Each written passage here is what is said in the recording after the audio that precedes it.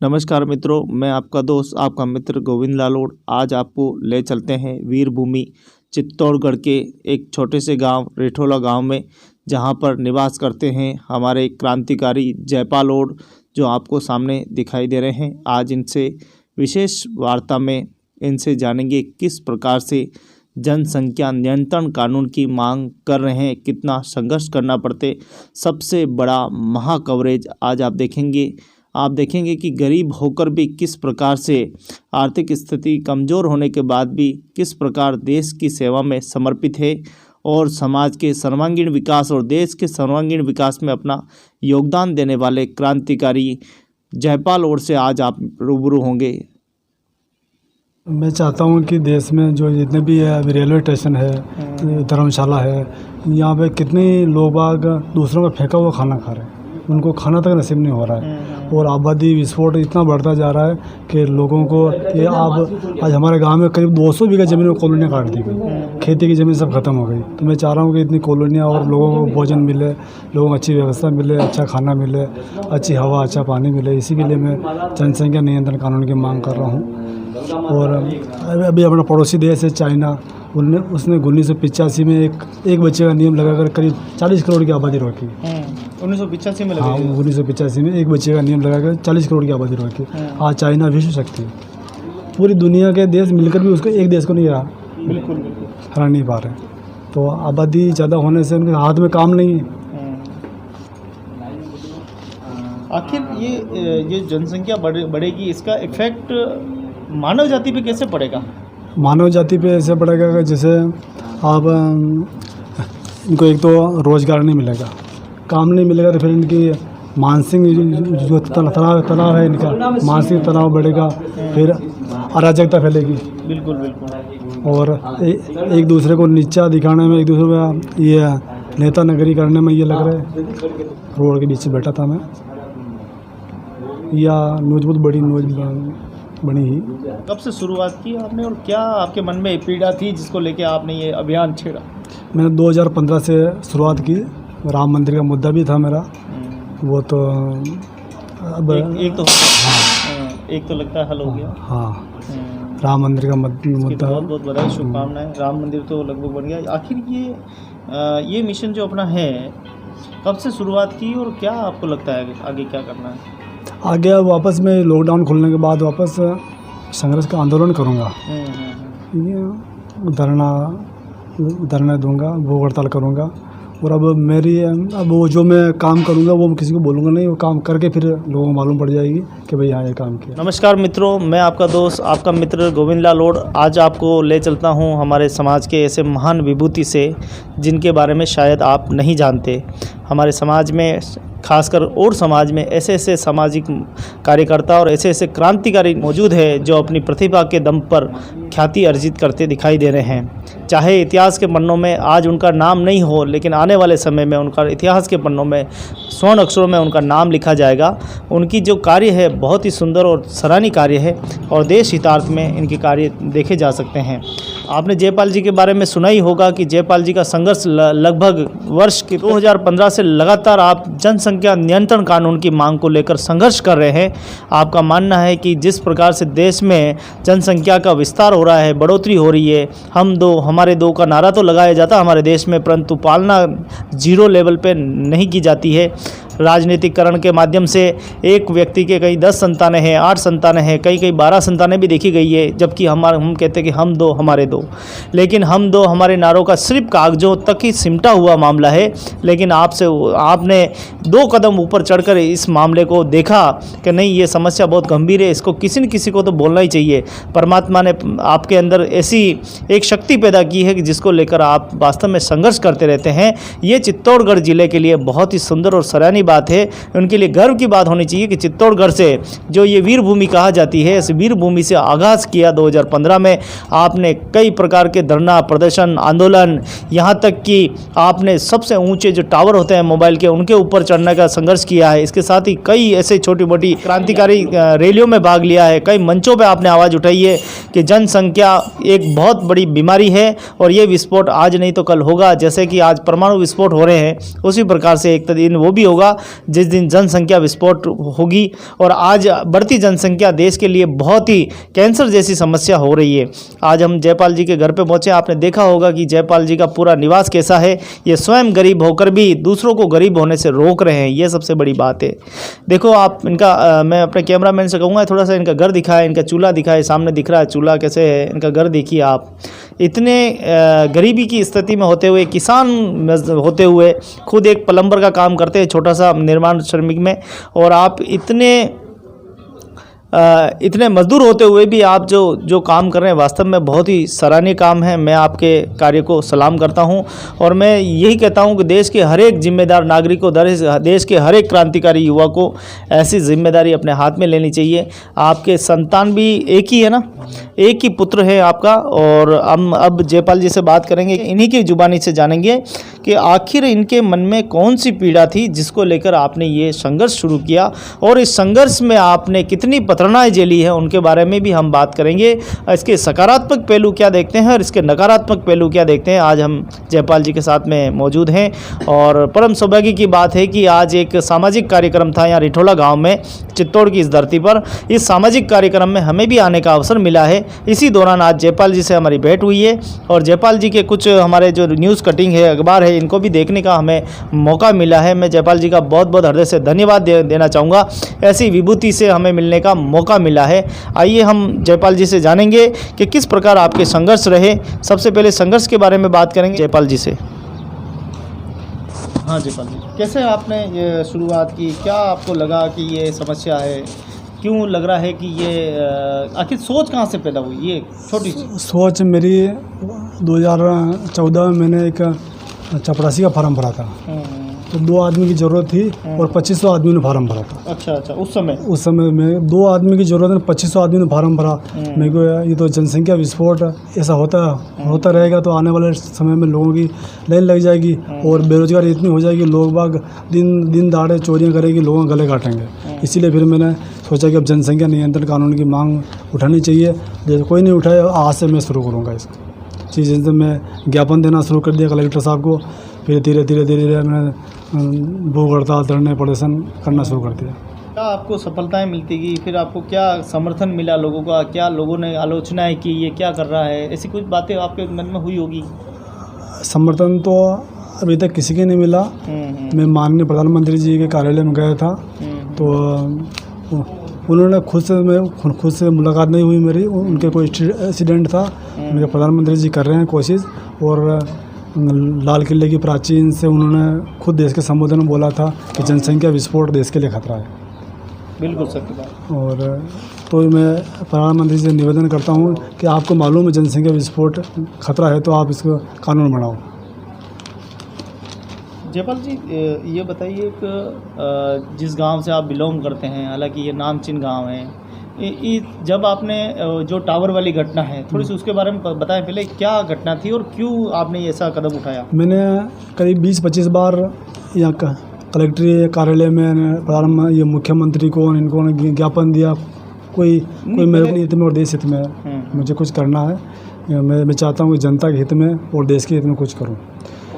अब अपनी सरकार कितनी सीमा पे सेना खड़ी कर दें, और उसके बाद हथियार नहीं होगी तो कैसे लड़ेगी?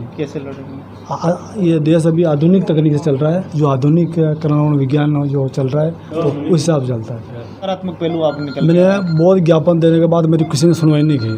तो फिर हमारे बड़ी साली के विधायक हैं जो उनके घर में टावर लगा हुआ था, तो वो टावर हटाने के लिए टावर पर चढ़ गए।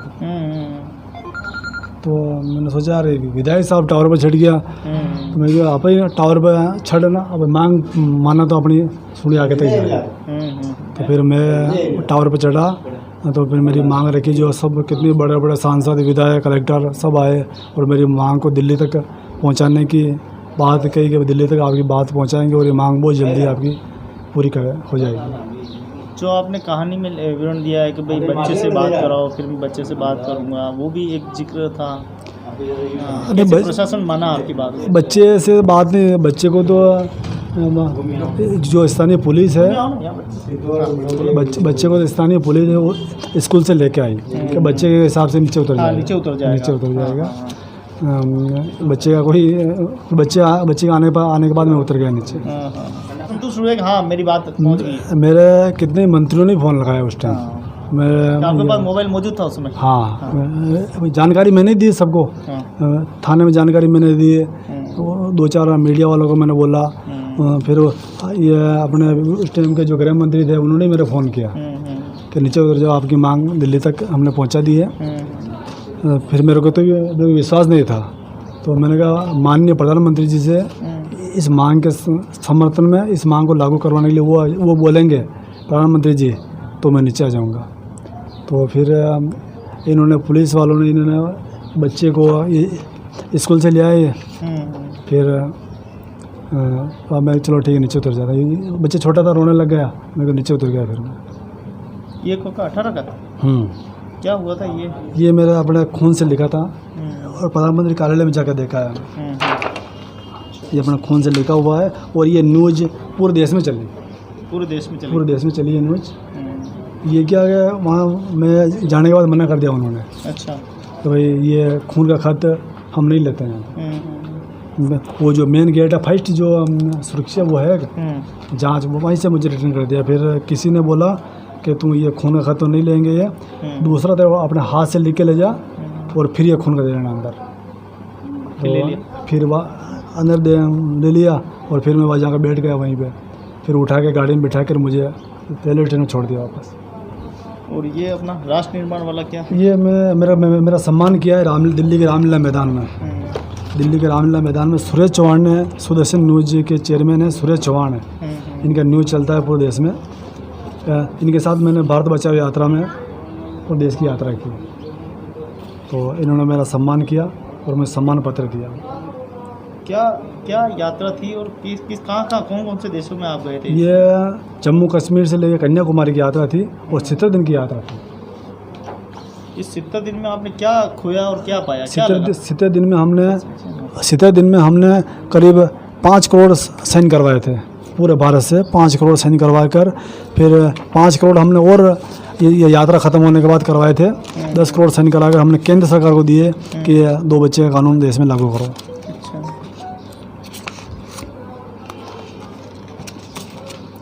मैंने करीब 14 बार प्रधानमंत्री कार्यालय को ज्ञापन देखा है।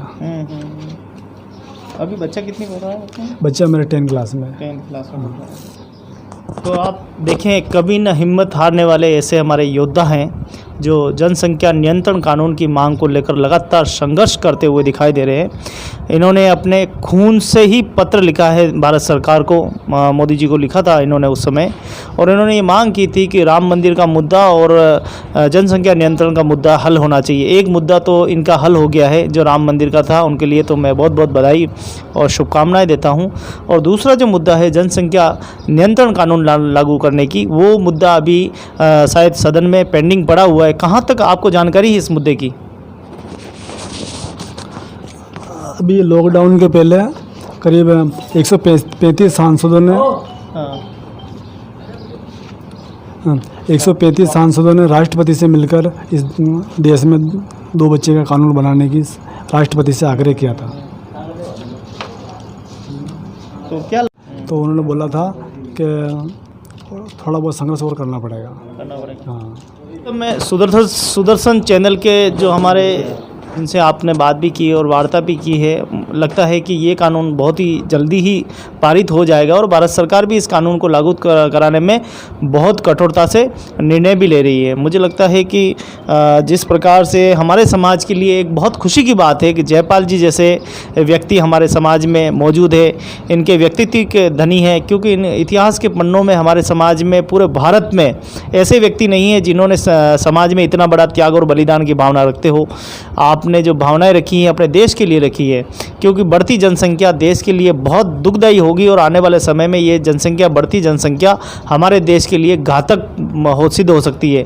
आज भी हम देखें कि हमारे देश में अंदरूनी बहुत सारे ऐसी जनसंख्या के कारण से बहुत सारे बेरोजगार युवा हो रहे हैं। युवाओं को चोरी चकारी, डकैती, लूट मार जैसी कई प्रकार की घटनाएं हमें देखने को मिल रही है।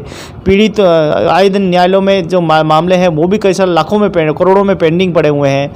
युवाओं को पर्याप्त रोज़गार नहीं मिल रहा है, अच्छा पानी नहीं मिल रहा है, स्वच्छ वातावरण नहीं मिल रहा है, जंगल कटते जा रहे हैं, जानवर जंगल से ख़त्म होते जा रहे हैं। आखिर ये प्रकृति पर बड़ा भयंकर नुकसान होने वाला है और इस संघर्ष में हम भी आपके साथ में खड़े हैं। जुड़ के हम लगातार आपके जो संघर्ष है उसमें हम आप पूरा सहयोग दे रहे हैं। और मैं चाहता हूँ कि आप समाज के व्यक्ति हैं, आप अगर एक व्यक्ति अगर एक शहर से अगर इनके संघर्ष में सहयोग करेंगे तो मुझे लगता है कि ये काम और भी अच्छा हो सकता है। कम से कम इतिहास के पन्नों में ये तो आएगा कि और समाज के व्यक्तियों ने ऐसा पहल की और इस प्रकार से एक कानून का निर्माण हुआ जो जयपाल के नाम से जाना जाए, ऐसा मेरा मानना है। मैं जयपाल जी का बहुत बहुत धन्यवाद देना चाहूँगा कि आज आपने हमसे बात की और आप तो समाज के लिए तो लगातार संघर्ष कर ही रहे हैं और समाज की जागृति में भी आपका बहुत बड़ा योगदान है। जयपाल जी, अब थोड़ा समाज के लिए बात करेंगे कि आखिर समाज किस स्तर पर होना चाहिए और आज क्या समाज के टुकड़े और खंड खंड में आप देख रहे हो और क्या सकारात्मक क्या है और नकारात्मक क्या पहलू दिख रहे हैं आपको? समाज में भी 1.25 साल पहले अपने अध्यक्ष के चुनाव हुए थे चित्तौड़ जिला में। तो हाँ, गोविंद जी भाई साहब और 10-11 जनों की समिति बनी थी। उसमें हमारे अध्यक्ष साहब थे, 3 जने थे।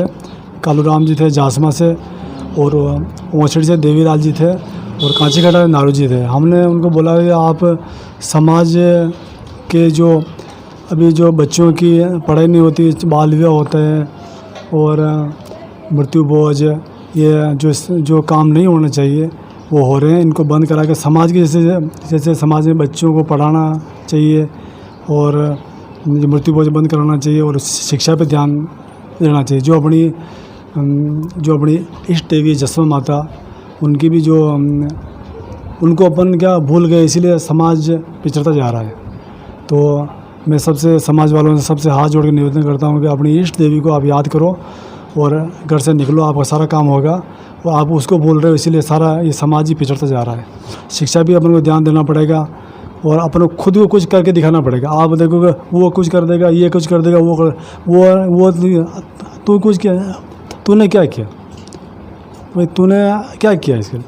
अध्यक्ष साहब है, चलो जाते हैं, मीटिंगें करते हैं, सराई बना रहे, अच्छी बात है। लेकिन वो सराई बढ़ने से मुझे नहीं लगता कुछ फ़ायदा होने वाला है कि समाज में कुछ बदलाव होने वाला है। सराय तो पहले ही वहाँ 50 सराय पड़ी समाज की, अभी तक को चलो सराई है। और ऐसा कुछ करना चाहिए समाज का। अभी जैसे SC/ST वालों ने एक मुद्दा उठाया कि जितने भी खाली पद है अध्यापक है वो हमारे ST को दो। तो ऐसा कुछ मुद्दा बनाना चाहिए जो देश में हवा फैले और एक आंदोलन फैले। तो ऐसे आप गांव घूम के अच्छे कपड़े पहन के घूमोगे तो ऐसा कुछ नहीं होता। इससे कुछ बदलाव नहीं, बदलाव लाने के लिए संघर्ष करना पड़ेगा। तो उसके लिए लाठियाँ खानी पड़ेगी। मैं आप देखो कि कलेक्टर चौराहे 20 सड़क के अंदर बैठ गया, वहाँ पे नेताओं ने कहा कोई के साथ में कोई भी नहीं है, इसको उठाओ और ले जाओ थाने में, पट्टे मारो। मेरे कहूँ 60-70 पट्टे में मेरे तक रखते गए, लेकिन मैं भारत माता की जय बोलता रहा। तो वो CI सुमेर सिंह CI था। तो मैं सुमेर सिंह लाइस्ट ने बोला कि आखिर में मैंने तो सोचा कि भगत सिंह नहीं है, लेकिन मैं सोचा भगत सिंह है आज भी। वो बात आज भी याद है। उसने बोला कि क्या अब तो इस देश में भगत सिंह ख़त्म हो गया, लेकिन आज भी मैं सोच रहा हूँ भगत सिंह है इस देश में। और मैं ऐसे ही मैं प्रधानमंत्री जी कार्यालय गया, उनके निवास 7 डेज़ कोर्स भी जाके आया। मेरे किसी साथी ने बोला कि अपनी मांग को पूरे देश में उठाने के लिए अपन को कुछ बड़ा करना पड़ेगा। तो ठीक है, हमारी जो प्लानिंग बनी थी वो प्लानिंग हमारी फेल हो गई थी उस टाइम पे। तो मैं वहाँ पे गया, वहाँ पे मुझे बंद कर दिया 2-4 घंटा। प्रधानमंत्री कार्यालय के पास एक थाना है, यहाँ पे पास में एक थाना, उस थाना में ले गए मुझे। करीब 300-400 पुलिस वाले आ गए थे वहाँ पे और बस उठा के मेरे को पैर ही नीचे टकने दिया। उठा के चारों हाथ पैर उठा के और गाड़ी में डाल के वहाँ ले गए। फिर अब पूछताछ की फाइलें देखी। 2 घंटे बाद वहाँ कहीं बात हुई विदेश मंत्रालय में, वहाँ फिर वापस छोड़ा क्या, रेलवे स्टेशन पर ला के छोड़ के चला कि वापस मत आना गया। तेरे को जो भी करना है तो राजस्थान में कर, दिल्ली मत आ। मेरे को कितनी बार प्रधानमंत्री कार्यालय में मना कर दिया गया, तू प्रधानमंत्री कार्यालय में नहीं आएगा आज के बाद, अगर तू आएगा तो बंद कर देंगे। लेकिन मेरे को बंद होना है, तू जो भी करना तो राजस्थान में क्यों करूँ, मैं दिल्ली में करूँगा। तो संघर्ष किया ना, और आगे और संघर्ष करेंगे। अब मेरा तो अपना जीवनी संघर्ष है। वो आज इतना किया, कल और बड़ा करेंगे करते रहेंगे, संघर्ष करते रहेंगे और जीवन भर देश हित के लिए, जनता के लिए, समाज के लिए कुछ न कुछ करते रहेंगे। भले ही अपने मुंह से जयपाल जी कुछ शब्द नहीं बोल पा रहे हो, लेकिन मुझे पता है कि जब व्यक्ति समाज हितार्थ के लिए काम करता है तो उसे प्रताड़नाएं जो झेलनी पड़ती है, मुझसे ज़्यादा और कौन समझ सकता है। व्यक्ति जब एक काम अच्छा करता है तो 100 लोग उसकी तरफ हो जाते हैं, नहीं अच्छा काम किया, लेकिन कुछ लोग ऐसे भी होते हैं जो विद्रोह में उतर जाते हैं, आलोचनाएं करते हैं, बुराई करते हैं, जलील करते हैं, अच्छे भले व्यक्ति को इतना नीचा दिखाने की कोशिश करते हैं कि जैसे उसने दुनिया का सबसे बड़ा अपराध कर लिया। और वो कोई दूसरा नहीं होता है, वो अपने ही आसपास के अपने ही रिश्तेदार होते हैं जो आलोचना करते हैं। जयपाल जी ने अपने शब्दों में बातें बताई है कि मैंने दिल्ली में गया, मैंने पट्टे भी खाए हैं पुलिस के हाथों के। कहीं न कहीं उन पुलिस वालों ने जो पट्टे मारे होंगे वो उनको आज भी उनके हाथ कप कपाते होंगे कि हमने किस व्यक्ति के मारे हैं। जो व्यक्ति देश के लिए जी रहा है उनके भी कहीं न कहीं उनकी अंतरात्मा उनको आज भी जब वो देखते होंगे तो उनको लगता होगा हमने गलत काम किया है। लेकिन कहते हैं कि कोशिश करने वालों की कभी हार नहीं होती और बेईमानों और नुगरों की कभी जय जयकार नहीं होती। तो जयपाल जी का जो काम है ये बहुत ही सुंदर और अच्छा काम है। ये देश हितार्थ के लिए काम कर रहे हैं। आप देखें, ये गरीब बनकर भी उन गरीबों को बचाना चाहते हैं जो आने वाले समय में गरीब हो जाएंगे, बहुत पिछड़े हो जाएंगे, बीमारियों से ग्रसित हो जाएंगे, उनको बचाना चाहते हैं। और ये मिशन कोई छोटा मोटा मिशन नहीं है, ये बहुत बड़ा मिशन है जो इन्होंने उठाया है। मैं इस मिशन के लिए इनको बहुत बहुत धन्यवाद देता हूँ और मैं चाहता हूँ कि इस कानून को, अगर प्रधानमंत्री जी मेरी बात सुन रहे हैं, इस कानून को तत्काल प्रभाव से लागू करना चाहिए। हम दो हमारे दो, इसके जो नारा है इसको सार्थक करना चाहिए और सदन में इस कानून को पारित करके तुरंत प्रभाव से भारत में लागू करना चाहिए, हर एक राज्य में लागू करना चाहिए, हर एक ढाणी में लागू करना चाहिए, ताकि जनसंख्या नियंत्रण कानून बन सके। जयपाल जी, ये काम बड़ा मुश्किल है, काम है लोगों को समझाना। लोग ये कहते हैं कि भाई हमारे 2 हो गए तो क्या करेंगे, 3 हो गए तो क्या करेंगे, लेकिन आपके एक ही संतान है। आपने ये समझौता कैसे किया? आंखें जली होगी, अरे यार तू क्या करना चाहता है, ये क्या है आखिर? हाँ, परिवार की आलोचना बहुत है कि 2 तो चाहिए, अपने 3 तो चाहिए। मेरे को अपने तो पढ़ाएंगे लिखाएंगे तो एक ही बहुत है, और मुझे तो आगे सबके 2 ही हैं। 2 के लिए मैं संघर्ष करूँगा तो मेरे एक होगा, तब मैं 2 के लिए दूसरों की मांग करूँगा। इसीलिए मैं अपने ऑपरेशन करवा दिया अब, और एक ही बच्चा है।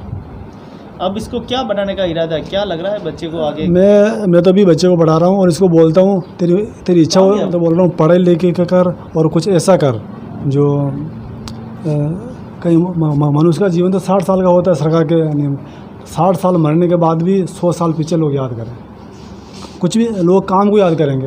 इंसान तो इतने पड़े हैं, आप देखोगे पूरे भारत में करीब 1 करोड़ तो ये भिखारी जो रोडों के ऊपर घूम रहे हैं, और इतने आज देश में हालात बने हुए हैं, युद्ध के हालात में, क्या इसमें भी जनसंख्या का रोल है? हाँ, इसमें भी जनसंख्या। आज आप देखो कि अमेरिका की आबादी मात्र 33 करोड़ की आबादी पूरी दुनिया पर राज कर रहा है। ये अपने इजराइल की आबादी मात्र 85 लाख की।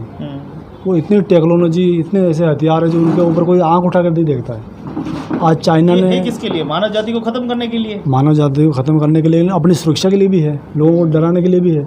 आज चलो मेरा मकान कच्चा है, पड़ोसी का मकान पक्का है, तो क्या लोग एक अपन तो चलो ठीक सक्षम है, लोग डबल मंजिल वाला डराता है कच्ची झोपड़ी वाला को। तो ऐसा है, वो तो पैसे वाला है, तो सबको चाहते हैं कि ये मेरे दब करे, मेरी बात माने। फिर आपको किस प्रकार की प्रताड़नाएं झेलनी पड़ रही है? क्योंकि देखो कल ये समय चला जाएगा, कल लोग कहेंगे जयपाल जी तो बहुत महान आदमी थे, बहुत अच्छे आदमी थे, वही आलोचना करें, जो आलोचना करते थे वो महान कहेंगे। आखिर उनके लिए आप क्या कहना चाहते हो? आलोचना के लिए मेरे पास कोई शब्द नहीं। मैं कितनी मैं कम 5-6 साल से आलोचना झेल रहा हूँ, और इतनी कठिनाई और इतनी परेशानी, मैं भगवान को प्रार्थना करूँगा अतरी की नहीं बदीजिए, भारत का किसी नागरिक तो मत दीजिए जितनी मैंने दी मुँह तो झेल सकूँ, और तुम या दीदी जल्दी और दे दी झेल लूँ, शक्ति है, ताकत है। तो अभी आपने चुनाव भी लड़ा था, उसमें हाँ। क्या परिणाम, क्या राजनीति और देश हित के लिए क्या आपने देखा कोई सकारात्मक नकारात्मक पहलू है? मैं देश हित और जनहित के लिए काम करता हूँ, लोगों के लिए। कहीं थाने में काम हो, किसी कोई राशन कार्ड बनाना हो, छोटा मोटा कुछ काम कराना हो तो करता हूँ। तो मैंने सोचा चलो सरपंच के चुनाव है तो अपना किस्मत आजमा लेते हैं। तो मैं चुनाव लड़ा, जो अपने वहाँ शनि महाराज में घोषणा हुई थी अपनी, वहीं करवाई थी। मैं चलो भगवान का घोषणा कराना बचे। वहाँ हमारे भाई साहब जंगू लाल जी भी बोला कि हम भी खड़ा हुए हैं, में ठीक है आप ही बजाओ। तो मेरे ऊपर दबाव बनाया गया कि आप फार्म उठा लो। तो मैंने कहा भाई मैं तो आज तक जीवन में मैंने किसी समझौता मैंने की ही नहीं है। समझौता तो मेरे लिस्ट में है ही नहीं कि समझौता मैं करूँ। मैं तो आज समझौता करता तो मैं अब अभी मेरे 15-20 दिन से एक ऐसा काम प्रोजेक्ट था, समझौते के हिसाब से मैं उस काम को छोड़ के आ गया। तो मुझे कम से कम 4-5 लाख रुपए मिलते उसमें, लेकिन वो समझौता किया कि वो उनके अंडर में काम करना, वो मैंने स्वीकार नहीं किया कि मैं अंडर में काम नहीं कर सकता हूँ। ठीक है चलो कोई बात नहीं है, मेरे अभी एक ड्रेस है, कोई बात नहीं, मैं एक ड्रेस से ही चलता रहूँगा, लेकिन मैं समझौता नहीं करूँगा। उन्होंने बोला कि तो वो मेरा सहयोग भी बहुत किया उन्होंने, लेकिन मैं उनके अंडर नहीं गया, उनकी पार्टी में शामिल नहीं हुआ। आप जयपाल जी अपने आप में स्वाभिमानी हैं, चाहे हालात कैसे भी हो, बदतर से बदतर हो, लेकिन फिर भी संघर्ष के सामने डट कर उसका मुकाबला कर रहे हैं। उस संघर्ष के सामने खड़े हुए चट्टान की तरह। मैं बहुत बधाई और शुभकामनाएं देता हूं कि इतने संघर्ष के बाद भी आप अड़े हुए हैं। आपने देखा होगा कि जब शनि महाराज की कथा सुनते हैं तो राजा विक्रमादित्य का नाम आता है, जिनको बहुत प्रताड़नाएं हुई थी। और ऐसे ही हमारे ये विक्रमादित्य कह सकते हैं, हमारे समाज की में पैदा होने वाले विक्रमादित्य, जिन्होंने समाज को एक नई दिशा प्रदान करने की और एक नई जागृति, समाज ही नहीं इन्होंने पूरे देश को एक नई दिशा देने की पूरा प्रयत्न किया है। मैं बहुत बहुत धन्यवाद देता हूँ जयपाल जी का। और जयपाल जी जैसे क्रांतिकारी व्यक्ति हमारे समाज में जन्म लेना बहुत गर्व की बात है। इन्होंने जो मुद्दा उठाया है वास्तव में बहुत ही सुंदर सराहनीय है। आइए हमारे साथ में एक समाज सेवी आदरणीय जगदीश जी हैं हमारे साथ में। ज़्यादा बात करने के लिए चित्तौड़ की धरती से जगदीश जी हैं। जगदीश जी ये बताइए कि आज जयपाल जी जो संघर्ष कर रहे हैं कि जनसंख्या नियंत्रण कानून की मांग है, आज देश में हालात देखें आप, एक देश दूसरे देश का मित्र शत्रु बना हुआ है, उसको मारना चाहता है। क्या ये जनसंख्या की वजह से हो रहा है? लोगों के पास ज़मीनें नहीं होगी, लोग ज़मीनें चाहिए, अब लोग कब्जा करना चाहते हैं दूसरों के। हम देखते हैं अपने आसपास भी कब्जा लोग कर लेते हैं। इसी प्रकार की आज व्यवस्थाएं ऐसी बन रही है, तो हम आने वाले समय में किस तरह की व्यवस्था देखेंगे? और इनका जो मिशन है कि हम दो हमारे दो, क्या वो ठीक है? क्या वो देश के लिए प्रगति का काम करेंगे? अच्छे क्या सोचते हैं आप? ये जो जनसंख्या कानून का जो इन्होंने बीड़ा उठाया है वो बहुत ही अच्छा है, क्योंकि जनसंख्या हम दो हमारे दो है तो फ़ायदा अपने को है। आज अपना एक मकान है, मकान एक है, 2 रूम है, और उसमें भाई अगर 4 होंगे तो वो कहाँ रहेंगे? फिर उसको तो ज़मीन पे फिजूल कर्जे मतलब कब्जा करना रहेगा ना। इसलिए जयपाल जी ने जो बीड़ा उठाया है जनसंख्या कानून का बहुत अच्छा है, और अपने पूरे हिंदुस्तान के लिए अच्छा है और हमारे लिए भी अच्छा है। जनसंख्या कम हो, हम दो हमारे हो तो अच्छा है। क्या ऐसे समाज में हमारा जन्म लेना गर्व की बात है? ऐसे व्यक्ति बिल्कुल गर्व की बात है कि हमने और समाज में जन्म लिया। जयपाल जी जैसे है, हमारे बड़े भाई साहब गोविंद जी जैसे हैं, इन्होंने अपनी और समाज में जन्म लिया, तो हमें गर्व है कि हमारे समाज में भी ऐसे शूरवीर का जन्म हुआ है, और हम उनका आभार व्यक्त करते हैं और हम उनको मतलब तहे दिल से धन्यवाद कहना चाहते हैं। तो ये थे हमारे जगदीश जी भाई साहब, जिन्होंने अपने विचार व्यक्त कर रहे थे। वास्तव में जब अच्छे कार्य करते हैं तो अच्छे कार्य करने वालों की प्रशंसाएं होती है, और नकारात्मक काम करने वालों की उनकी हमेशा निंदाई होती है। जो व्यक्ति हमारे समाज में आगे नहीं बढ़ा सकता, जो व्यक्ति अपने बारे में निर्णय नहीं ले सकता, जो अपने परिवार के बारे में निर्णय नहीं ले सकता, वो देश के बारे में क्या निर्णय लेगा? हमारे समाज में मैंने देखा है कि जब नशे का जो प्रचलन था, आज वो धीरे धीरे कहीं धीरे धीरे समाप्त हुआ है। अब हमारा समाज के युवा, नवयुवा, बुजुर्ग, माताएं, बहनें एक नई दिशा की ओर चल रही है, और आने वाले समय में निश्चित रूप से प्रगति करेगी। आइए फिर हम एक बार जयपाल जी की तरफ चलेंगे और जयपाल जी से जानेंगे कि आखिर इस मिशन के अंदर हम अकेले नहीं होते, हमारे साथ में हमारी धर्मपत्नी भी होती है, हमारे बच्चे भी होते हैं। आखिर वो क्या सोचते हैं? आपको क्या लगता है कि मैं उनके ऊपर अत्याचार कर रहा हूँ, या वो मेरे से कहीं पताड़ी तो नहीं? क्या लगता है आपको? उनको मैं परेशान कर रहा हूँ, क्योंकि जो चीज़ उनको मिलनी चाहिए वो नहीं मिल रही है।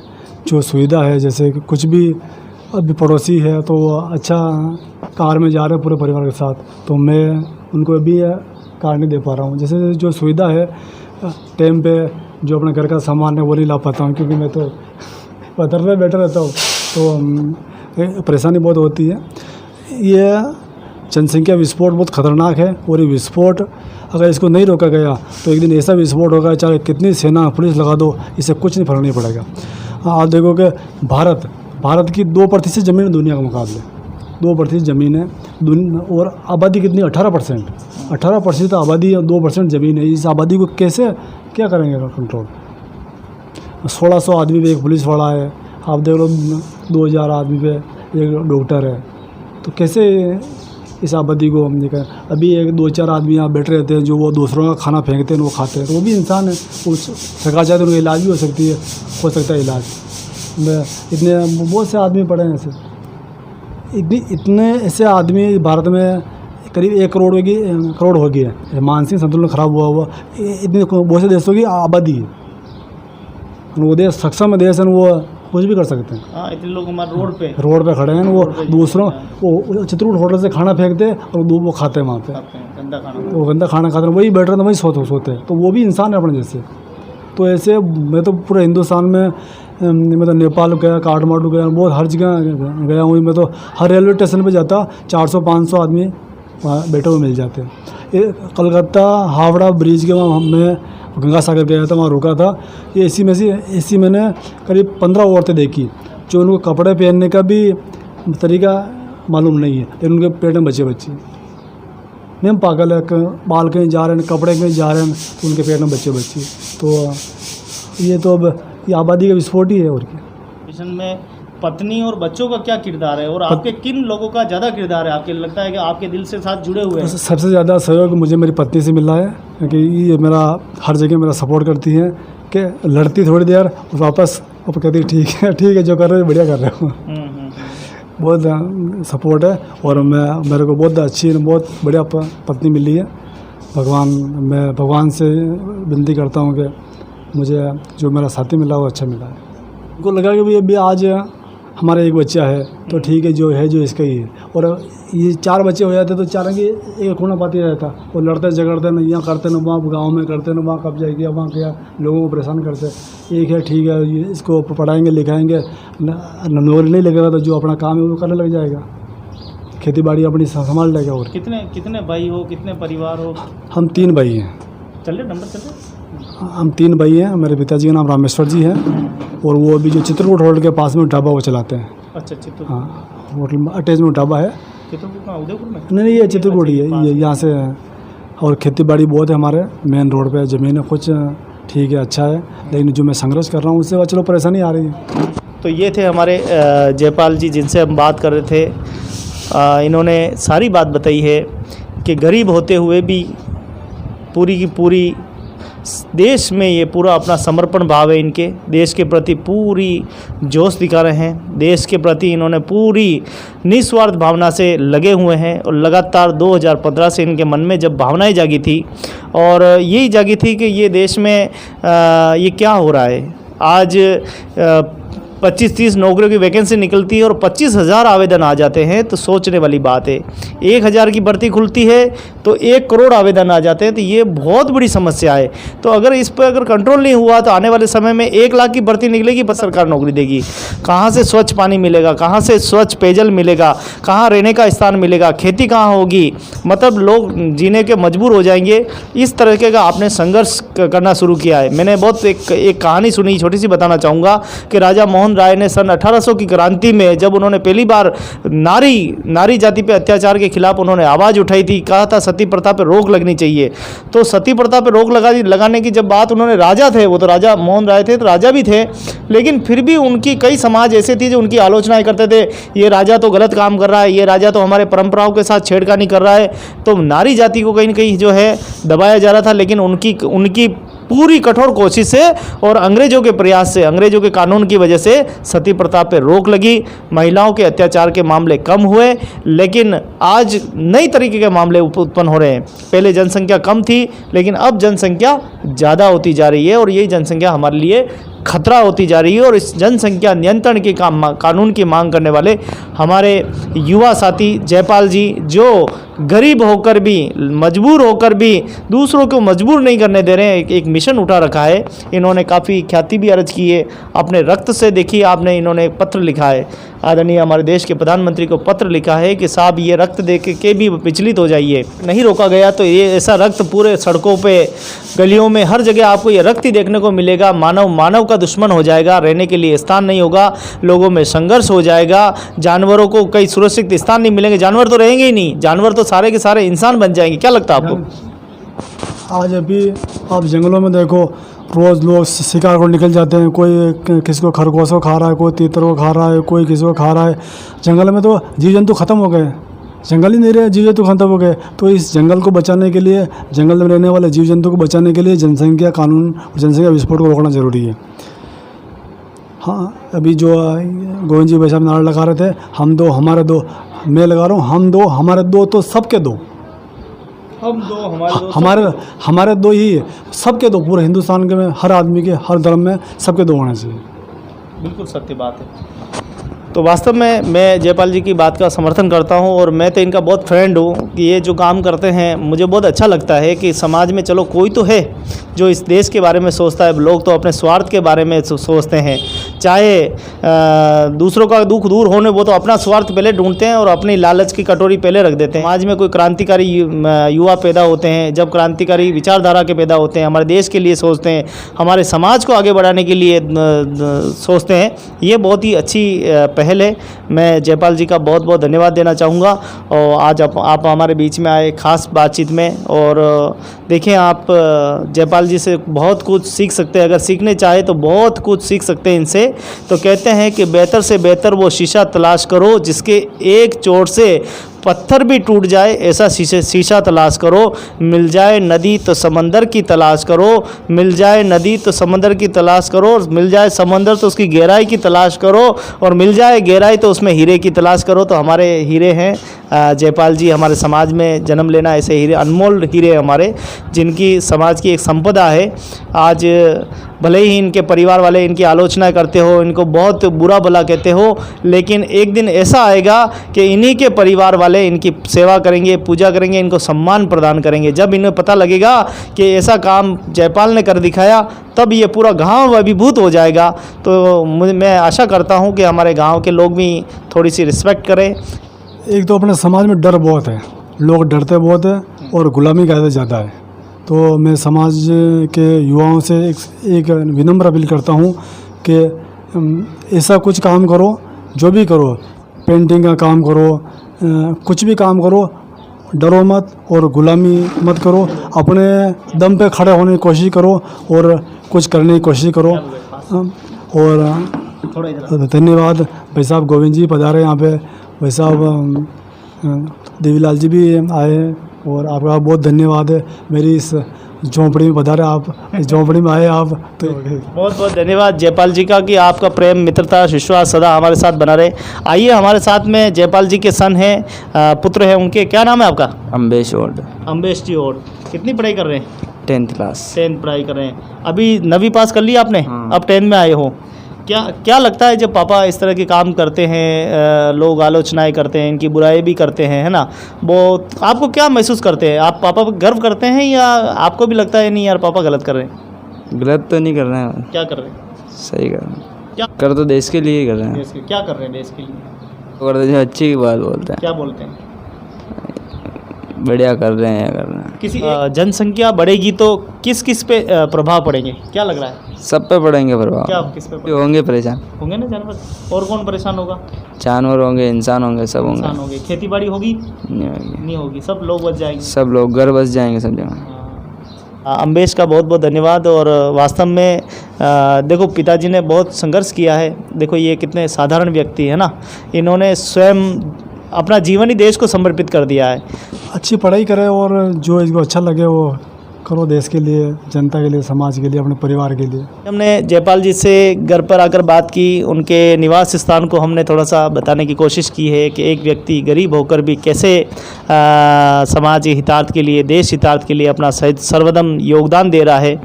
अपनी मेहनत की और खून पसीने की कमाई को आए दिन दिल्ली जाना, मुंबई जाना, कलकत्ता जाना, जहाँ भी देश में जहाँ जनसंख्या नियंत्रण कानून की मांग हो या समाज हितार्थ के लिए कई बात उठ रही है, वहाँ अपना योगदान देते रहते हैं।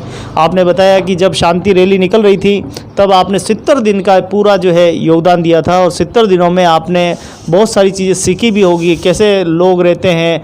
दिल्ली मुंबई जैसे शहरों में लोग पुलों के नीचे दब दब के रहते हैं, उनके आवास नहीं है रहने का, स्वच्छ पानी नहीं है, खाने पीने के लोग जो होटलों का बाहर फेंक देते झूठा, वो लोग उठा उठा के खाते हैं। ऐसी स्थिति है और ऐसी स्थितियों में महामारी बढ़ती है, बीमारियाँ बढ़ती है और कई प्रकार की ऐसी गंभीर समस्याएं उत्पन्न होती है जिससे देश में हालात बिगड़ते हैं। सांप्रदायिकता, जातिवाद, भ्रष्टाचार, ये कई ऐसे जन्म लेते हैं और मुझे लगता है कि वास्तव में ये बहुत ही आने वाले समय में बहुत ख़तरनाक है। आइए हमारे बीच में हमारे एक भाई उदयलाल जी हमारे बीच में आए हैं। उदयलाल जी भी अच्छे एक समाज सेवी हैं और अपने समाज के लिए भी ज़्यादा सोचते हैं और देश के लिए भी इनकी भावनाएं बहुत समर्पित भावना है। आइए उदयलाल जी से बात करेंगे कि आज जो जयपाल जी के बारे में जब सुना है, आज आपको क्या महसूस कर रहे हैं कि हमें गर्व है कि नहीं है? नमस्कार।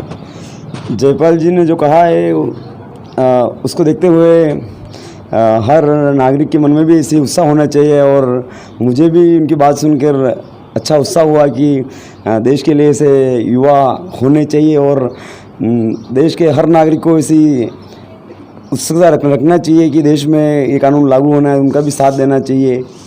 और बहुत अच्छी इन्होंने जो बात रखी है देश के लिए बहुत ही अच्छी है और हर इंसान अगर ऐसा सोचे तो इनका जो सपना वो पूरा हो सकता है। मन पे लेके कि भाई मेरे एक बच्चा है और हर इंसान ऐसा सोचे कि देश में जो इन्होंने उठाया जो ऐसा चल रहा है, अगर हर इंसान दिल पे लेके सोचे तो इनका मिशन पूरा हो सकता है और होना ही चाहिए। क्योंकि देश में देखो, देश में की जनसंख्या देखते हुए इतनी महामारी फैल रही है और कानून व्यवस्था बिगड़ रही है। हर इंसान को उसका हक का खाना नहीं मिल रहा है, उसकी खाना तो दूर की दूर, उसका सपना पूरा नहीं हो रहा। हर इंसान का अपना जो सपना होता है वो पूरा नहीं हो रहा है, जिसको ज़रूरत है वो भी उसकी पूरी नहीं हो रही है। इतने दुखी है लोग।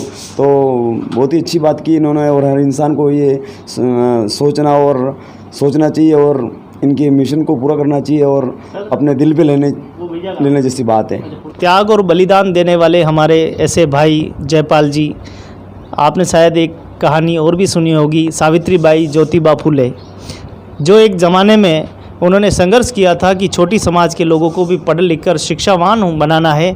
लेकिन उस समय भी इतनी ज़बरदस्त दंपति इतने हावी थे कि गरीब लोगों को पढ़ना पसंद नहीं करते थे, उनको पढ़ाना नहीं चाहते थे। वो चाहते थे हम ही राज करें, बस हम ही मालिक है। ऐसी स्थिति में भी सावित्रीबाई और ज्योतिबा फुले ने उन्होंने आजीवन जब तक वो जीवित रहे धरती के ऊपर, उन्होंने पूना की उस धरती के ऊपर जन्म लिया और पूरा जीवन पूना के समाज के लोगों के उत्थान में लगा दिया। महिलाओं को पढ़ाने का काम किया, बच्चों को पढ़ाने का काम किया, युवाओं को पढ़ाने का काम किया। वो हमारे प्रथम शिक्षक गुरु है और उनका घर जो मेरे को देखने का अवसर मिला था, मुझे पहली बार लगा था कि उनकी वो कच्ची झोंपड़ी जो है आज पूरे हिंदुस्तान की विश्व धरोहर के अंदर वो दर्ज की गई। उनकी वो सुंदर बावड़ी जिससे पानी जल भरा करते थे लोग, आज वो बावड़ी पर्यटकों का आकर्षण करनी, पर्यटक का केंद्र बनी हुई है। तो मैं इस झोंपड़ी में बैठकर वो आनंद प्राप्त कर रहा हूँ जो राजा बड़े बड़े महलों में भी आनंद प्राप्त नहीं किया जा सकता, वैसा आनंद प्राप्त हो रहा है।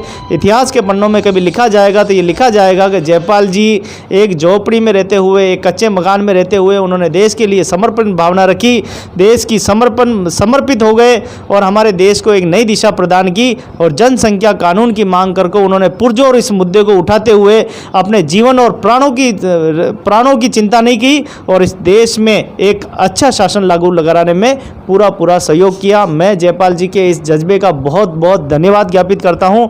ईश्वर इन्हें हमेशा शक्ति प्रदान करे, भगवान चार भुजानाथ इन पर सदा कृपा दृष्टि बनाए रखे। समाज में बच्चे जो भी युवा है सबको पढ़ाई है, माता पिता से निवेदन करता हूँ सबको पढ़ाओ लिखाओ और उनको सक्षम बनाओ। समाज में एक दूसरे का कटास करना, एक दूसरे की बुराइयाँ करना, एक दूसरे पे आरोप लगाना, तो ये अपने खुद को इतना मजबूत बनाओ कि अपने समाज जाट देखो, गुजर, राजपूत कितने सक्षम हो गए।